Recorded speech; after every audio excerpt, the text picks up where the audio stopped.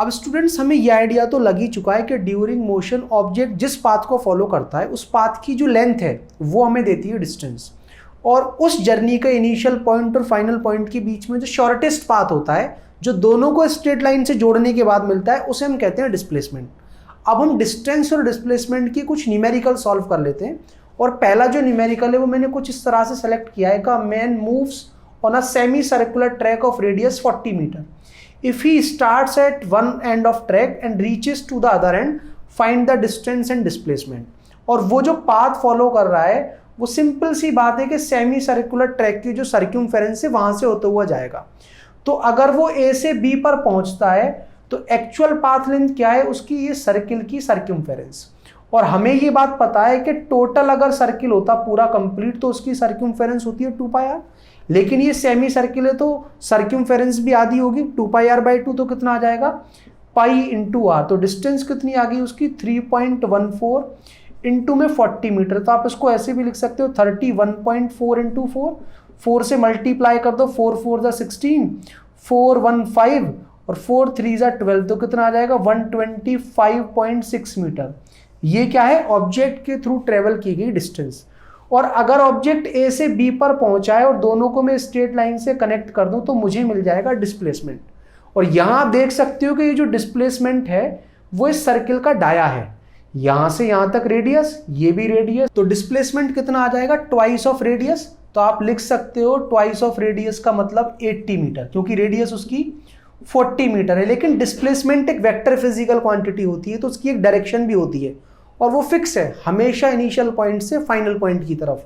तो direction point A जो कि स्टार्टिंग पॉइंट है वहां से फाइनल पॉइंट बी की तरफ। और स्टूडेंट्स दूसरा जो न्यूमेरिकल हमने सेलेक्ट किया है वो कुछ इस तरह से का ball is thrown vertically upward from a building of height h। If it reaches up to a height of 40 metre from the top of building and finally return to the ground, then find the distance and displacement. तो problem को पहले हम visualise कर लेते हैं कि ये रही वो बिल्डिंग जिसकी हाइट कितनी है h, और इसके टॉप से हमने एक बॉल को ऊपर की तरफ फेंका। लेकिन ये बात क्लियर है कि जब उसको ऊपर फेंका गया है तो वो मैक्सिमम कितनी हाइट तक गई है बिल्डिंग के टॉप से 40 मीटर तक। और फिर क्या होता है कि ये जो बॉल है फाइनली ग्राउंड पर आकर गिर जाती है।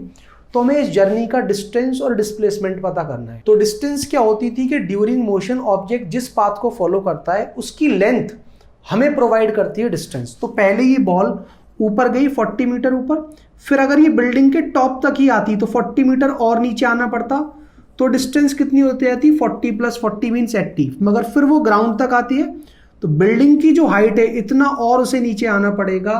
तो टोटल डिस्टेंस जो उसने ट्रेवल की वो हो गई 80 + h मीटर। और बात करें अगर हम डिस्प्लेसमेंट की तो उसमें दो ही चीज रोल प्ले करती हैं, एक इनिशियल पॉइंट और एक फाइनल पॉइंट। पाथ वहां पर कोई रोल प्ले नहीं करता। तो अगर आप इनिशियल पॉइंट और फाइनल पॉइंट को एक स्ट्रेट लाइन से जोड़ोगे और फिर उस स्ट्रेट लाइन की लेंथ पता करने की कोशिश करोगे तो वो किसके इक्वल है, बिल्डिंग की हाइट के इक्वल, जो कितनी है यहाँ पर h। तो आप क्या कहोगे डिस्प्लेसमेंट आ जाएगा उसका कितना h। लेकिन एक बात यहाँ पर ऑब्जर्व करने वाली है कि बॉल ने जो जर्नी शुरू की थी वो किस तरफ की थी, ऊपर की तरफ। तो मेरा ये जो स्टार्टिंग पॉइंट है इससे ऊपर की तरफ अगर कोई वेक्टर है तो उसे मैं पॉजिटिव ले लेता हूँ, तो नीचे की तरफ जो वेक्टर होगा उसे मुझे निगेटिव लेना पड़ेगा। तो डिस्प्लेसमेंट होगा तो h, लेकिन उसकी डायरेक्शन क्या होगी, इनिशियल पॉइंट मतलब बिल्डिंग के टॉप से किस तरफ, ग्राउंड की तरफ। मींस एरो आ रहा है नीचे की तरफ, तो उसे मैं क्या लिखूंगा -h मीटर। अब चलिए स्टूडेंट्स हम डिस्टेंस एंड डिस्प्लेसमेंट से रिलेटेड नेक्स्ट प्रॉब्लम देखते हैं। स्टूडेंट्स ये जो क्वेश्चन है उसमें कहा क्या गया है कि एक बॉडी है और वो सर्कुलर पाथ को कवर करती है जिसकी रेडियस आ रही है विदिन 10 सेकेंड्स। तो हमें 35 सेकेंड्स के बाद ऑब्जेक्ट का डिस्टेंस एंड डिस्प्लेसमेंट पता करना है। तो देखो हम पहले एक सर्कुलर ट्रैक बना लेते हैं जिसकी रेडियस हो r, और इस सर्कुलर ट्रैक को कंप्लीटली वो जो ऑब्जेक्ट है वो कितने टाइम में कंप्लीट कर देता है 10 सेकेंड्स के अंदर। तो पहले हमें राउंड देखने पड़ेंगे कि 35 सेकेंड्स के अंदर वो कितने राउंड कंप्लीट करेगा। तो एक राउंड में अगर 10 सेकेंड्स लगते हैं तो 35 सेकेंड्स के अंदर वो कितने राउंड्स कंप्लीट कर लेगा, 3.5 राउंड्स। तो देखो पहले राउंड के बाद ऑब्जेक्ट वापस यहीं आ जाएगा, दूसरे के बाद फिर से यहीं, तीसरे के बाद फिर से वहीं, और 3.5 राउंड के बाद वो जस्ट इसके डायमीट्रिकली अपोजिट पॉइंट पर पहुंच जाएगा। अगर ये मेरा बी पॉइंट है तो इस दूसरे पॉइंट को मैं सी मान लेता हूं। तो बात करें अगर डिस्टेंस की, तो वो तो एक्चुअल पाथ लेंथ होती है जो ऑब्जेक्ट ने एक्चुअल में ट्रेवल करी होती है। तो अगर वो एक राउंड कंप्लीट करेगा तो डिस्टेंस कितनी होगी 2πr।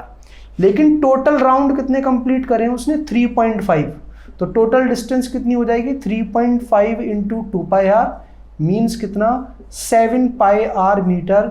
ये होगी ऑब्जेक्ट के थ्रू ट्रेवल की गई डिस्टेंस आफ्टर 35 सेकेंड्स। और बात करें डिस्प्लेसमेंट की, तो उसमें पाथ मैटर नहीं करता, उसमें मैटर करती है केवल दो चीजें, एक तो स्टार्टिंग पॉइंट और एक एंड पॉइंट। और दोनों को स्ट्रेट लाइन से कनेक्ट करो, उस स्ट्रेट लाइन की लेंथ पता करो, वो आपको देगी डिस्प्लेसमेंट का मैग्नीट्यूड, और वो आपको दिख रहा होगा क्या है डायामीटर। और अगर सर्किल की रेडियस r है तो डायामीटर कितना होता है 2r।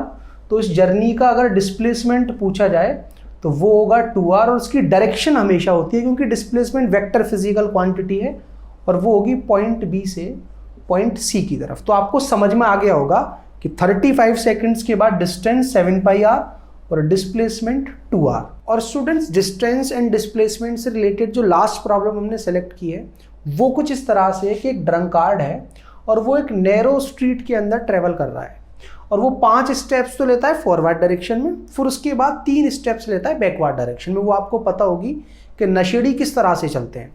अब वो फिर से 5 स्टेप फॉरवर्ड डायरेक्शन में लेता है, फिर 3 स्टेप्स बैकवर्ड डायरेक्शन में लेता है, एंड सो ऑन। यही प्रोसेस चलता रहता है। और एक स्टेप उसका 1 मीटर लंबा था और उसमें टाइम लग रहा था एक स्टेप के अंदर 1 सेकेंड। यहाँ मैंने मिनट लिख दिया है, इसको मैं सेकेंड कर लेता हूँ। तो हमें वो टाइम पता करना है जिस टाइम के बाद वो जो शराबी है, जो ड्रंकार्ड है, वो एक 13 मीटर दूरी पर जो एक पिट है, जो एक गड्ढा है, उसके अंदर जाकर के गिर जाएगा।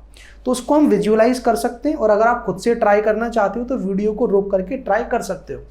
तो होगा क्या कि पहले 5 सेकंड में वो 5 मीटर आगे चला जाएगा। तो 1 metre, 2 metre, 3 metre, 4 metre, 5 metre. तो 5 सेकंड के बाद वो 5 मीटर आगे चला गया, और फिर वो 3 स्टेप्स अगर बैकवर्ड डायरेक्शन में लेता है तो आफ्टर 8 सेकंड्स वो जो फॉरवर्ड डायरेक्शन में आगे बढ़ा है वो केवल कितना है 2 मीटर। फिर से फर्दर वो 5 स्टेप्स फॉरवर्ड डायरेक्शन में लेगा, मतलब यहां तक पहुंचेगा, और फिर से 3 स्टेप्स कहां ले लेगा बैकवर्ड डायरेक्शन में। तो आप क्या देखोगे कि 16 सेकंड्स के बाद वो केवल कितना आगे पहुंचा है 4 मीटर। ज्यादातर बच्चे क्या करते हैं कि अगर वो 8 सेकंड्स के अंदर 2 मीटर चल रहा है तो सिमिलरली वो उसको 12 मीटर तक लेके जाते हैं, फिर गड्ढे में गिराते हैं, जबकि ऐसा नहीं है। ये जो 8 सेकंड्स के अंदर 2 मीटर वो फॉरवर्ड डायरेक्शन में जाए, केवल कहां तक चलेगा जब तक वो 8 मीटर मार्क तक नहीं पहुंच जाता। उसके बाद जैसे ही वो 5 स्टेप्स फॉरवर्ड डायरेक्शन में लेगा तो वो गड्ढे में गिर जाएगा, वापस आने का चांस ही नहीं होगा। तो यहाँ 8 मीटर मार्क तक पहुंचने में उसे कितना टाइम लगेगा, 8 सेकंड्स के बाद 2 मीटर, 16 सेकंड्स के बाद 4 मीटर, 24 सेकंड्स के बाद 6 मीटर, और 32 सेकंड्स के बाद वो पहुंच जाएगा 8 मीटर मार्क पर। और उसके बाद जैसे ही वो 5 स्टेप्स फॉरवर्ड डायरेक्शन में लेगा, जिसमें 1 सेकंड लगता है, तो वो कहां गिर जाएगा गड्ढे में। तो टोटल टाइम कितना हो गया 32 + 5 मीन्स 37 सेकंड्स। अब स्टूडेंट्स, आपको समझ में आ गया होगा कि डिस्टेंस और डिस्प्लेसमेंट से रिलेटेड किस तरह की प्रॉब्लम्स हमसे पूछी जा सकती है और उन्हें किस तरह से अप्रोच करना है। अब डिस्टेंस और डिस्प्लेसमेंट के बाद अगले जो 2 टर्म जिन्हें हमें डिटेल में पढ़ना है वो है एवरेज स्पीड और एवरेज वेलोसिटी। और अगर आप ये जानना चाहते हो कि एवरेज स्पीड और एवरेज वेलोसिटी क्या होते हैं तो आप इस वीडियो पर क्लिक कर समझ सकते हो। और अगर आप दूसरे चैप्टर यूनिट्स एंड मेजरमेंट में से डायमेंशंस या एरर से या सिग्निफिकेंट फिगर से रिलेटेड कुछ भी पढ़ना चाहते हो तो आपके लिए हमने प्लेलिस्ट तैयार की, इस पर क्लिक कर आप जो टॉपिक चाहो वो पढ़ सकते हो। कुछ ना समझ आए कमेंट करके पूछ सकते हो।